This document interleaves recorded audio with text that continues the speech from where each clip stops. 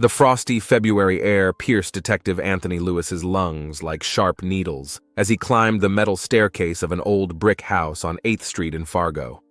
Snow crunched under the soles of his boots, leaving clear prints on the steps that had already been trampled by forensic experts and patrol officers. It was 8 o'clock on the morning of February 15th, and the sun was just beginning to break through the gray clouds, turning the snowdrifts a dull yellow. Lewis stopped at the door of apartment number 12 on the 2nd floor, took a notebook out of his coat pocket and checked the address. Everything matched. The call came in at 6:30 in the morning from a neighbor who couldn't get through to her friend and decided to check if everything was okay. The door was unlocked, and the woman discovered something that made her run out into the street screaming and dial the emergency number. The detective adjusted his coat collar and entered the apartment. The first thing that caught his eye was how neat it was. Despite the tragedy that had occurred, the room looked well kept and clean. Light-colored walls, minimalist furniture, a few framed photographs on the dresser. Lewis slowly scanned the living room, noting every detail. No signs of a struggle, no overturned objects or scattered belongings. "Anthony, you're here," a familiar voice said behind him. Lewis turned and saw his partner, Detective Harper Garcia. She was shaking snow off her dark hair and taking off her gloves, looking around the room carefully. "Just got here," Lewis replied. "What do we know?" Garcia took a tablet out of her bag and flipped through a few pages. The victim is Annika Storm, 30 years old, worked as a manager at Dakota Protection, an insurance company. She was found by her neighbor, Dolores Finch, who lives across the hall. According to Finch, they were friends and spoke regularly. When Storm didn't answer her calls last night and this morning, Finch became concerned. "Was the door unlocked?" "Yes, but that's not unusual in this building. Finch says many residents don't lock their doors during the day, especially when they're only going out for a short time." Lewis nodded and headed toward the bedroom, where muffled voices of forensic technicians could be heard. Garcia followed him. Annika Storm's body lay on the floor near the bed. The woman was dressed in an elegant black suit that was clearly expensive. Her dark hair was neatly styled, and her makeup was flawless. Even in death, she looked dignified and beautiful. Lewis immediately noticed that her clothes were not torn or stained, which ruled out the possibility of a sexual assault or a violent robbery. Dr. Samuel Brooks, the medical examiner, got up from his knees and approached the detectives. "One gunshot wound to the chest," he reported, removing his latex gloves. Judging by the angle of entry and the trajectory of the bullet, the shooter was about the same height as the victim, or slightly taller. The shooting distance was about 2 meters. Time of death was approximately between 8 and 10 o'clock last night. "Did you find the weapon?" Garcia asked. "Not yet. We'll determine the caliber after the autopsy, but preliminary estimates indicate 9 millimeters. Lewis crouched down next to the body, trying not to disturb the forensic team. He carefully examined the victim's hands. The nails were neatly filed and polished, with no signs of a struggle. A thin gold ring with a small diamond adorned the ring finger of his left hand. "The jewelry is still here," he noted aloud. "The expensive watch, too. This isn't a robbery." Garcia was examining the rest of the apartment. She looked into the kitchen, where there was a half-empty glass of red wine on the table and a book lying open. Everything looked as if the owner had been planning to spend a quiet evening at home. "Anthony, look at this," she called from the living room. Lewis joined her. Garcia was standing at a small desk with neatly arranged documents on it. Bank statements, insurance policies, some personal papers. Everything is in perfect order. Either our victim was very meticulous or someone tidied up after she died. Lewis picked up one of the bank statements and scanned the numbers. Annika Storm's account showed a steady income from her job at an insurance company, with no suspicious large deposits or withdrawals. "We need to talk to the neighbors," he said, putting the documents back, "and her co-workers." The detectives spent the next 3 hours interviewing the residents of the building. Most of them knew Annika by sight, but were not close to her. Everyone spoke positively of her. Polite, quiet, always said hello when she saw them. No one remembered her having any conflicts with any of her neighbors or having visitors often.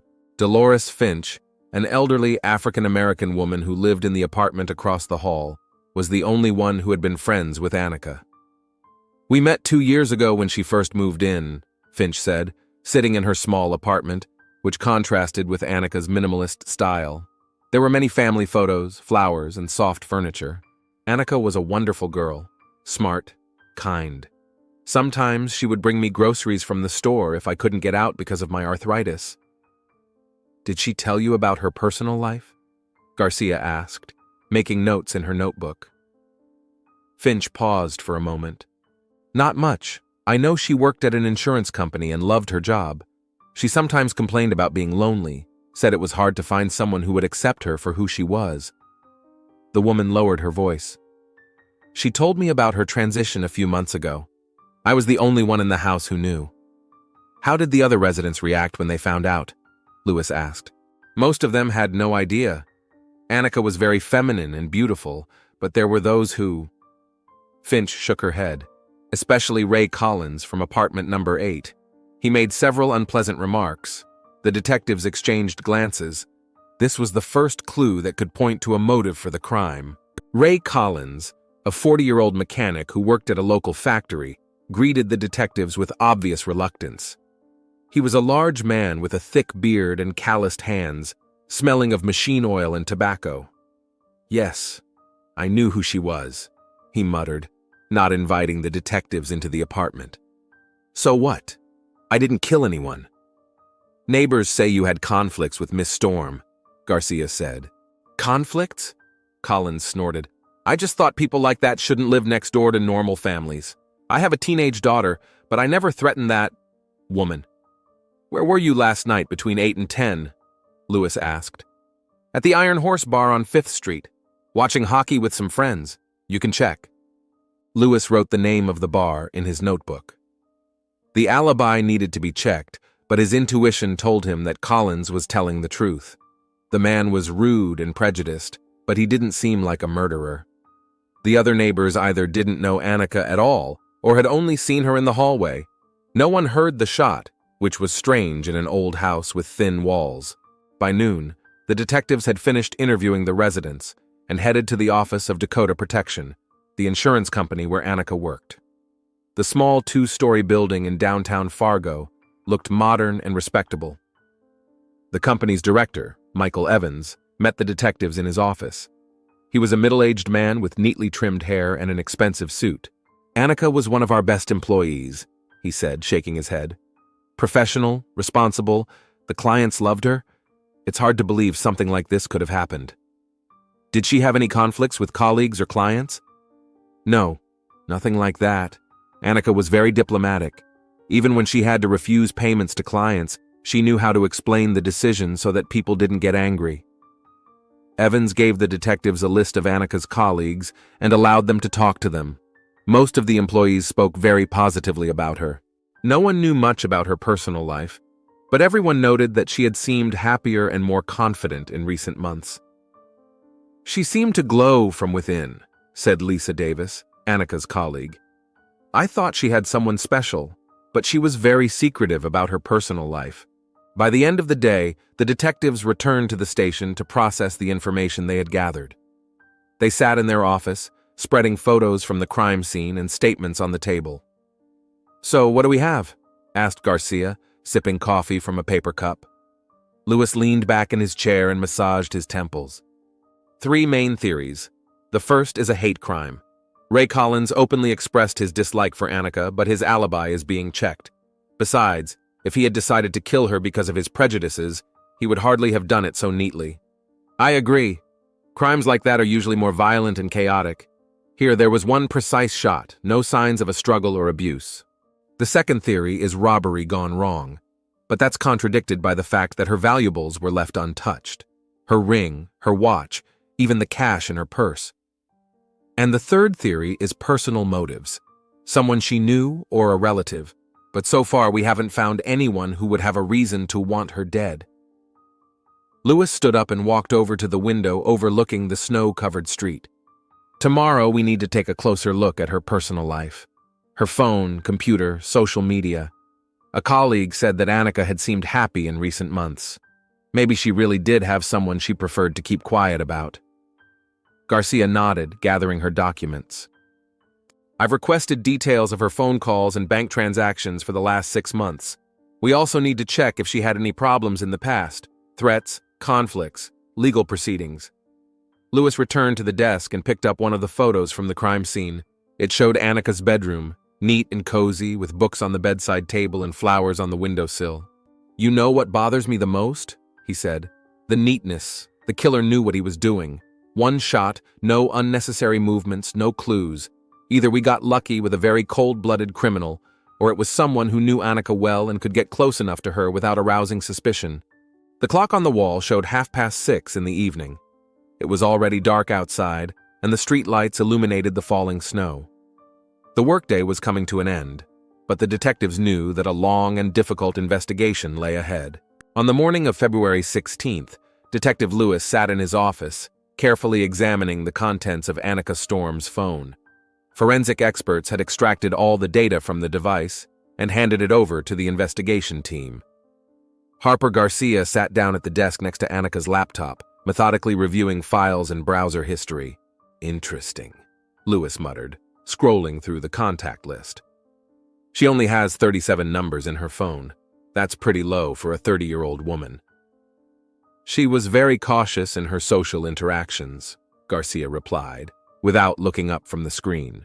"Her social media activity is minimal as well. Just a few photos of nature and quotes from books. No selfies, no photos with friends or at parties." Lewis continued to study the phone. Most of the contacts were work-related.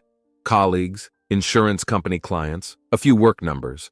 There were also numbers for doctors, a hairdresser, and local shops, and one contact that immediately caught his attention. "Harper, look at this," he said, turning the phone screen toward his partner. Garcia came over and looked at the display. The name Desi was listed in the contacts with a heart next to it. "A lover?" she suggested. "Looks like it. Let's take a look at their messages." Lewis opened the messages and found a long chain of messages with Ds. The most recent message was sent 3 weeks ago, on February 4th. Annika wrote, "Remember that I will always love you, no matter what. You made me feel like a real woman." The reply came 2 hours later. "And you made me a better man. I'm sorry for what's going to happen. My wife needs to know the truth." The detectives exchanged meaningful glances. Lewis scrolled up the conversation, studying the earlier messages. The communication had lasted for over a year, and the tone was clearly romantic. Diaz often wrote about how much he missed Annika, made plans to meet up, and shared his feelings about his illness. "Illness?" Garcia asked, reading over Lewis's shoulder. "Yes, there are several references to treatment. Tomorrow is another round of chemotherapy. The doctors say I don't have much time left. I want to spend every free minute with you." Lewis continued to study the messages. In his correspondence from January of that year, Diaz increasingly mentioned that his condition was deteriorating, that he wanted to talk honestly with his wife, that he could no longer hide their relationship. "Look," Lewis said, pointing to a message from January 28th. "Tomorrow I'm going to tell Mia about us. She has a right to know the truth before I die." "And here's Annika's reply," Garcia read aloud. "I understand. Do what you think is right. Whatever happens, I don't regret a single day I spent with you." Lewis took a phone book out of his desk drawer and began looking for the number Diaz. After a few minutes, he found what he was looking for. "Desmond Crowe," he said. "Address, Maple Avenue, number 243. It's a wealthy neighborhood." "The name Crowe is familiar," said Garcia, frowning. "I've heard it somewhere recently." She turned on the computer and typed the name into the search engine. A few seconds later, the search results appeared on the screen. "Here it is," she said. "Desmond Crowe, 35 years old, owner of the Atlas Fitness Center chain throughout the state, died on February 8th of pancreatic cancer. The funeral was held on February 11th. Lewis did the math in his head.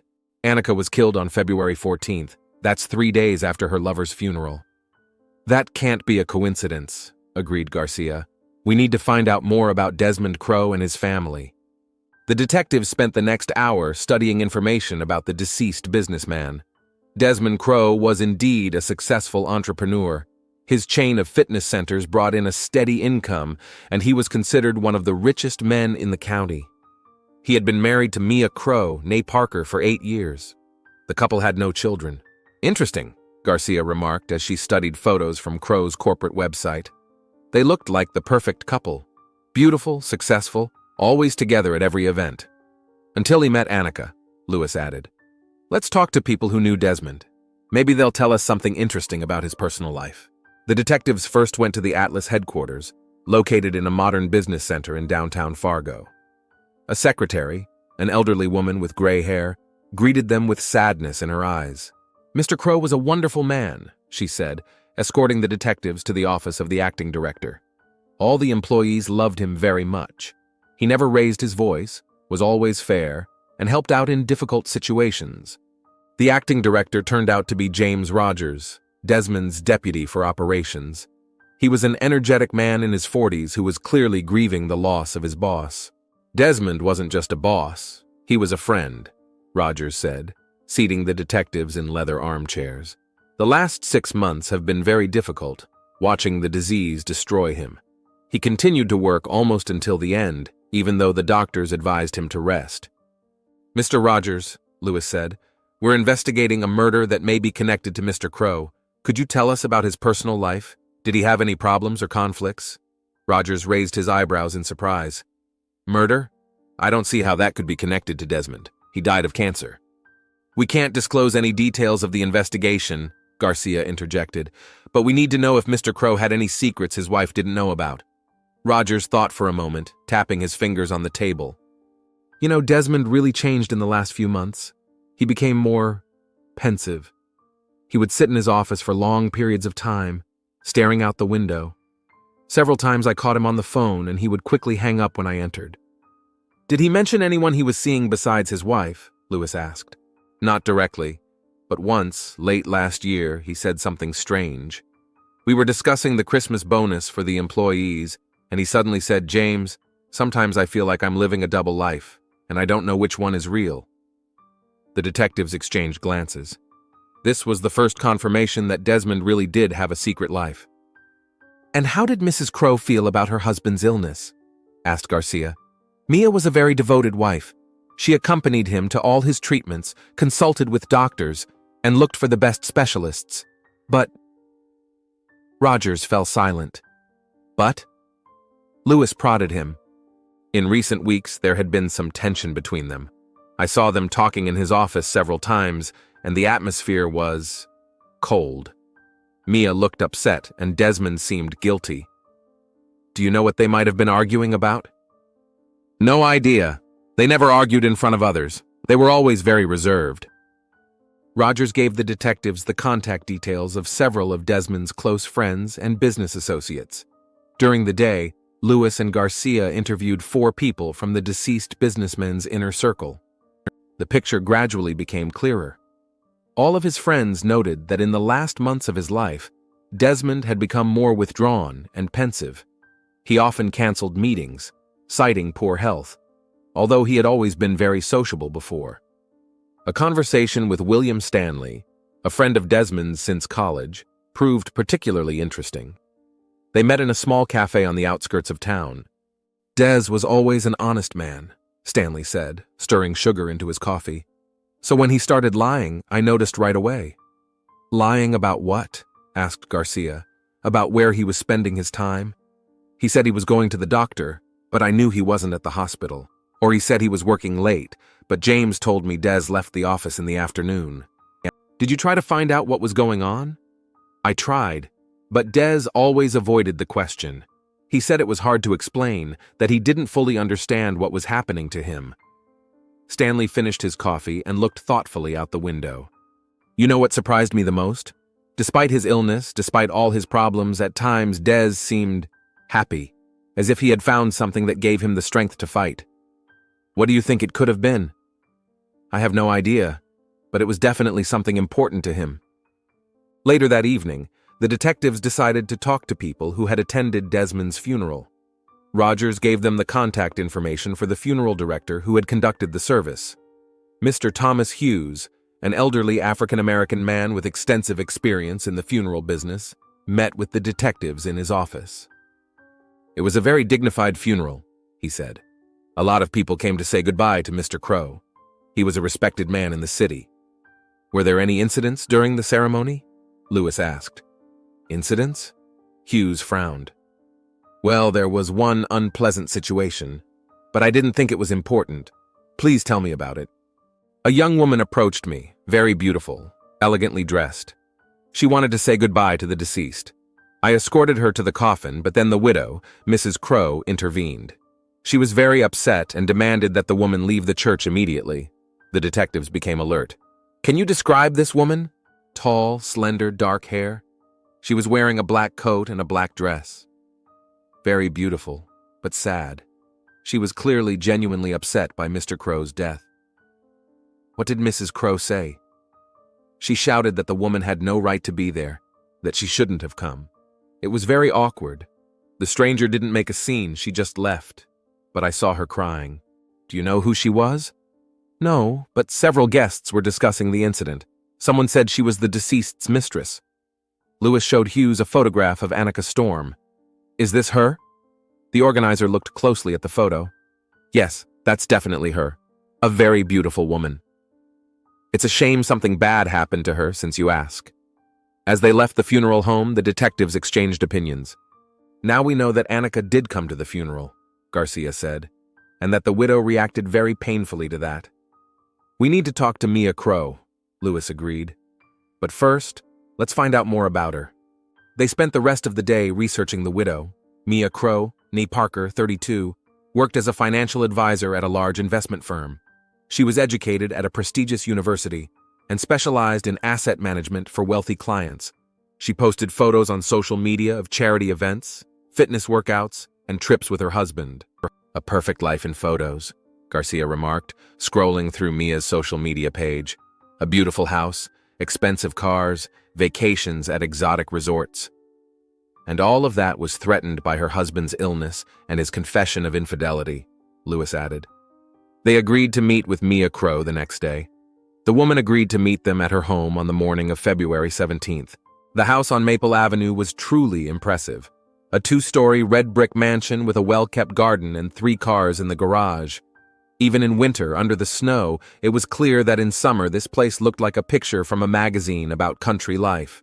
Mia Crow met the detectives in the living room, which was decorated in a classic style with expensive furniture and artwork on the walls. The woman looked tired, but maintained her dignity. She was beautiful, tall, slender, with short dark hair and attentive brown eyes. Thank you for agreeing to meet with us, Lewis said, sitting down in an armchair. We understand how difficult this must be for you, but we need to ask you a few questions. I don't understand how Desmond's death could be connected to a murder, Mia replied, pouring herself some tea from an expensive porcelain set. He died of cancer. The doctors can confirm that. This isn't about your husband's death, said Garcia. We're investigating the murder of a woman named Annika Storm. Did you know her? Mia's face twisted for a moment, but she quickly regained her composure. I know who she is, she said coldly. Desmond told me about her shortly before he died. What exactly did he tell you? Mia placed her cup on the saucer, and the detectives noticed that her hands were trembling slightly. He said he had a relationship with this woman, that they had been seeing each other for over a year. He claimed he loved her. How did you react to that confession?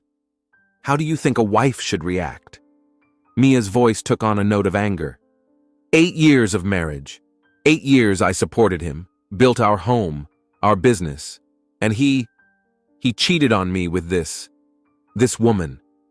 Garcia asked cautiously, Mrs. Crow, we know that Annika Storm attended your husband's funeral. Witnesses say there was a conflict between you. Yes, I kicked her out, Mia replied sharply. She had no right to be there. It was my husband's funeral, and I wasn't going to put up with his mistress being there. Did you have any contact with her after the funeral? No, I never saw her again. Where were you on the evening of February 14th, between 8 and 10 o'clock? Mia looked closely at the detectives. At home. I was sorting through Desmond's things. His lawyer advised me not to delay the inheritance proceedings. Can anyone confirm that? No, I was alone. Lewis made a note in his notebook. Mrs. Crow, do you have a gun? No, Desmond didn't like guns, and neither do I. Did you ever threaten Annika Storm? No. I wanted to forget she ever existed. The conversation continued for another half hour. Mia answered the questions cautiously, but the detective sensed that her outward calm concealed intense anger. The woman clearly had not forgiven her husband's infidelity and made no secret of her dislike for his mistress. As they left the Crow house, the detectives discussed the information they had gathered. "She has a motive," said Garcia. "Jealousy, a desire to take revenge on the woman who destroyed her marriage." "And no alibi," added Lewis. "She claims she was home alone, but that's impossible to verify." "But there's no weapon," although it could have been disposed of after the murder. "Tomorrow we need to take a closer look at the Crow family's finances," Lewis decided. "There may be additional motives there." On the morning of February 18th, Detective Lewis received a call that radically changed the direction of the investigation. It was the secretary from the law firm Parker, Adams and Partners, the same firm where the Crow family's lawyer worked. "Detective Lewis?" an agitated female voice asked. "My name is Gloria Richardson. I work for Mr. Adams. I understand you are interested in the Crow family.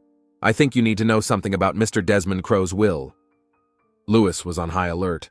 He wrote down the law firm's address and half an hour later was on his way there with Garcia. "What will was she talking about?" Garcia asked, as they parked near the office building.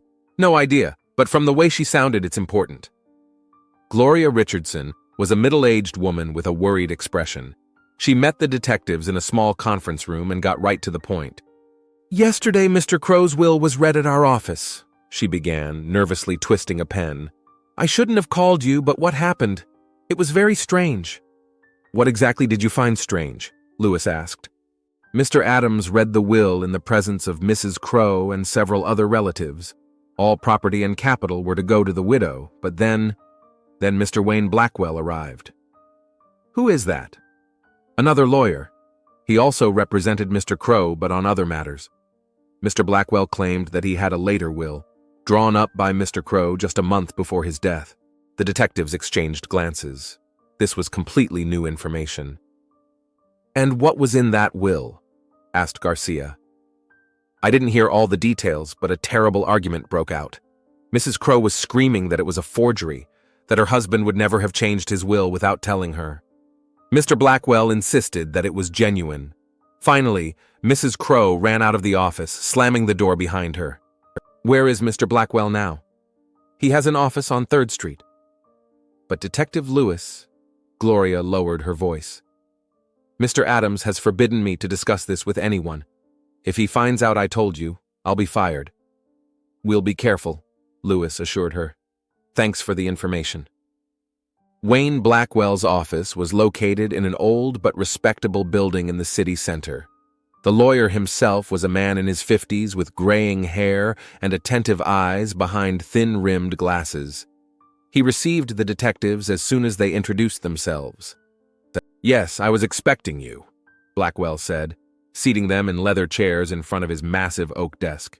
"After yesterday's scandal, I realized that the case could become public." "Mr. Blackwell," Lewis began, "we are investigating the murder of a woman named Annika Storm. We believe it may be connected to Mr. Crow's will." The lawyer nodded. "Annika Storm is mentioned in the will that Desmond drew up for me. In fact, she's the reason this whole conflict started." "Could you tell me more about that?" Blackwell opened a safe, took out a folder of documents, and placed it on the table. "Desmond came to see me in early January.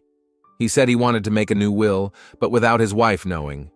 He explained that he was ill, that he didn't have much time left, and that he wanted to take care of someone who had become very important to him." "Annika Storm?" "Exactly. Desmond told me about their relationship. He didn't hide the fact that he was cheating on his wife, but he said that Annika gave him what he lacked in his marriage: understanding, acceptance, and sincere love." Blackwell opened the folder and showed the detectives a document.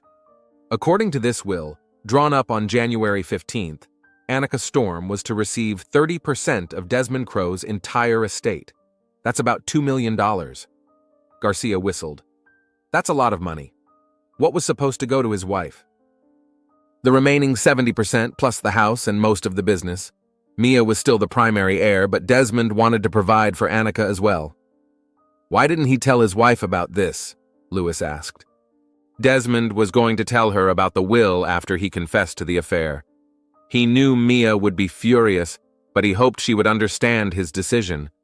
Unfortunately, he died before he could do so.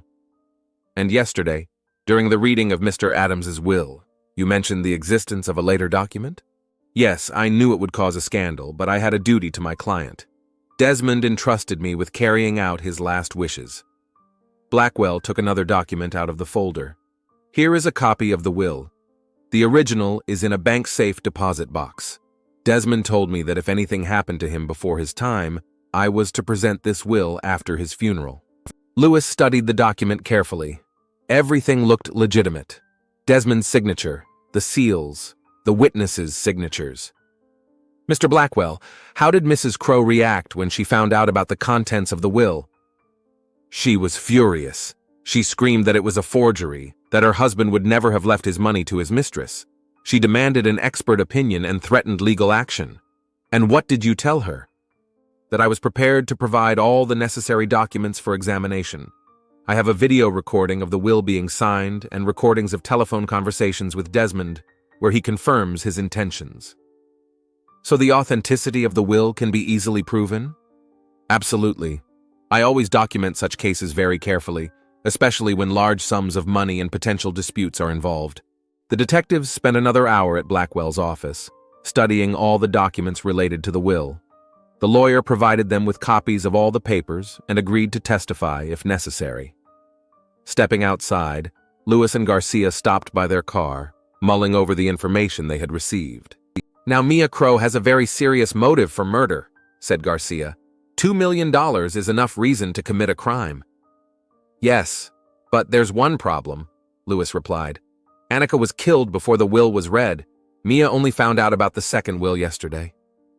Maybe she knew about it before. Her husband could have told her before he died. Or she found the documents among his papers after the funeral. The detectives decided to return to Mia Crow immediately. This time, they were armed with specific questions and had a clear idea of a possible motive for the murder. Mia greeted them much less warmly than she had the day before. It was obvious that yesterday's scandal at the law office had upset her greatly. I don't understand why you're back, she said, not inviting the detectives into the house. I already answered all your questions. Mrs. Crow, we need to talk about your husband's will, Lewis said. We know what happened yesterday at Mr. Adams' office. Mia's face contorted with anger. It's a forgery. Desmond would never have left his money to that woman. We were married for 8 years. I was by his side during his illness. I deserve his entire inheritance. When did you learn about the second will? Asked Garcia. Yesterday, when this Blackwell showed up with his papers. Are you sure? Perhaps your husband told you about it before he died? No, he didn't tell me anything about a new will. Lewis watched Mia's reaction closely. The woman was clearly nervous. Her hands were shaking and her voice sounded too sharp. Mrs. Crow, where exactly did you go through your husband's belongings on February 14th? In his study. The lawyer said we needed to find all his important documents. And you didn't find anything? No mention of Annika Storm or a second will? Nothing. But the detectives noticed that Mia was answering questions too quickly and categorically. It sounded like she had rehearsed her answers. Mrs. Crow, Lewis said, we'd like to look around your husband's office. Do you have a warrant? We can get one, but it would be easier if you gave us your consent. Mia hesitated for a few seconds, then nodded reluctantly. All right, but I don't understand what you hope to find there. Desmond Crow's study was on the second floor of the house. It was a spacious room with large windows, oak furniture, and numerous business books on the shelves. The desk was almost empty. Mia had obviously been sorting through her husband's papers. Garcia began searching through the desk drawers while Lewis examined the bookshelves and filing cabinets. Mia stood in the doorway, watching their actions with obvious concern. Detective Lewis, Garcia called. Look at this. She had found a small folder in the bottom drawer of the desk, hidden under a stack of old magazines. Inside the folder were printouts of emails between Desmond and Annika, several photographs, and a copy of the will drawn up by Blackwell. Mrs. Crow, Lewis said, turning to the widow. You said you knew nothing about a second will, but here is a copy of that document among your husband's papers. Mia turned pale. I haven't seen this before. Maybe it was in the part of the papers I haven't gone through yet. But the drawer has clearly been rummaged through recently, Garcia remarked, and the folder was neatly hidden under some magazines. It doesn't look like it was simply overlooked. Lewis carefully examined the contents of the folder. Among the documents was a note written in Desmond's hand. Mia, I'm sorry. I know you'll be angry, but Annika deserves this. She gave me happiness in the last months of my life. Please don't try to contest the will. B has all the evidence. I love you, but I also love her. Mrs. Crow, Lewis said, showing her the note. Your husband wrote this for you. He wanted you to understand his decision. Mia read the note, and her face contorted with rage and pain. He betrayed me, she screamed. 8 years of marriage, and he betrayed me for that woman. When did you find this folder? Garcia asked. Mia faltered. It doesn't matter. It matters a lot. Because Annika Storm was murdered 3 days after your husband's funeral. That's when you were going through his things and found this folder. Mia was silent, but the detectives could see the struggle going on inside her. Mrs. Crow, Lewis said gently, we understand how painful it must have been to learn of your husband's infidelity, but murder doesn't solve problems. I didn't kill her, Mia cried. You knew that if Annika got her share of the inheritance, you would lose $2 million, money you considered rightfully yours. She didn't deserve that money. She ruined my marriage. So you decided to get rid of her? No, I just wanted her out of my life forever. Mia was silent for a long time, staring at the floor. Then she raised her head, and the detectives saw the exhaustion and despair in her eyes. I found this folder on the evening of February 13th, she began in a quiet voice. I read the letters between them, looked at the photos. He wrote things to her that he never said to me. He called her his true love. And what did you decide to do? At first, I just wanted to burn all the documents and pretend that the second will didn't exist. But then I realized that the lawyer had copies. Then I thought, if Annika died, there would be no one to inherit anything. Did you go to her house? Yes. I took Desmond's gun. He kept it in a safe for self-defense, although he never used it. I arrived at her house on the evening of February 14th. What happened next? She was surprised to see me. She let me in and offered me tea. She was very beautiful and seemed kind. That made it even worse. Mia wiped her tears with her sleeve. I told her I knew about the will.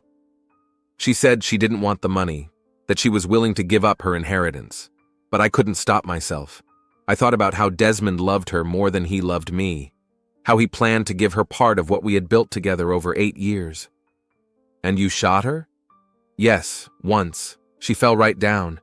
I thought I would feel better, but it only got worse. What did you do next? I wiped the fingerprints off the gun and took it home. I buried it in the garden under the roses. They were Desmond's favorite flowers. It seemed symbolic. The detectives exchanged glances. The confession was complete and detailed. Mrs. Crow, Lewis said, you understand that you'll have to repeat all of this in your official statement? Yes, I'm tired of lying, tired of hating. Garcia read Mia her rights, and then they went to the station to file the arrest report. On the way, Mia added a few more details. At the station, Mia Crow officially confessed to the murder of Annika Storm and to attempting to forge the will. She said that after the murder, she had planned to destroy all traces of the second will, but had not managed to contact Blackwell before the official announcement. She acted impulsively, Luis Garcia said as they filled out the report. Jealousy and greed are a powerful combination. $2 million and a broken heart, Garcia agreed. Annika Storm became the victim of someone else's marriage without even wanting to be. The case was closed. Mia Crow was charged with first-degree murder and faced a long prison sentence. Annika Storm never found out that her wealthy lover had left her a fortune.